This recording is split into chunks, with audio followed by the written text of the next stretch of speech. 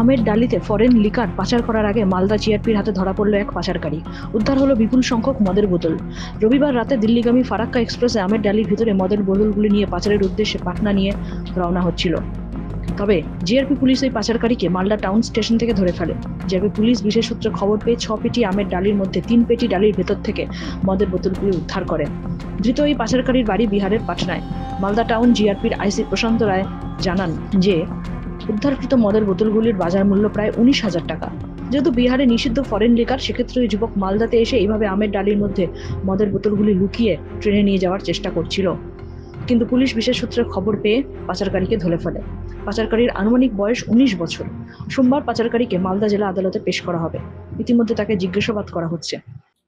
আজকে আমাদের কাছে একটা ইনফরমেশন আসছিল যে এখানে বেঙ্গল থেকে বিহারে যাচ্ছে আমের পেটি করে অনেক রকম মদ যাচ্ছে। তো এই খবরটা আমাদের কাছে আসছিল। তো যেটা বলছিল যে আমাদের সোর্সের কাছে যে খবরটা আসছিল, বলছে যে ফারাক্কা এক্সপ্রেসে এখান থেকে বিহারে যাবে।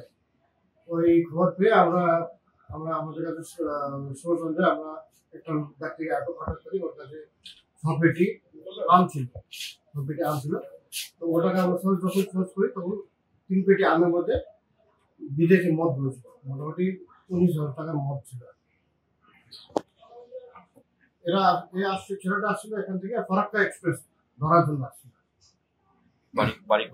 বাড়ি হচ্ছে বিহার পাটনাতে বাড়ি। ও বলছে যে এখান থেকে পাটনাতে নিয়ে যেতে পারে। নাম কি?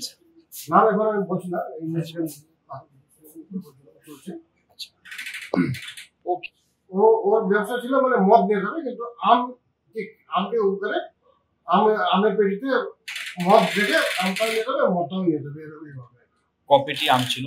6 পেটি আমের মধ্যে 3 পেটি আমের মধ্যে মদটা পেয়েছে। কি কি মদ আছে? মোটামুটি বিয়ার আছে, হুইস্কি আছে, আর ভোডকা আছে। কত অ্যাপ্রক্সিমেট মার্কেট ভ্যালু মোটামুটি 19,000 টাকা।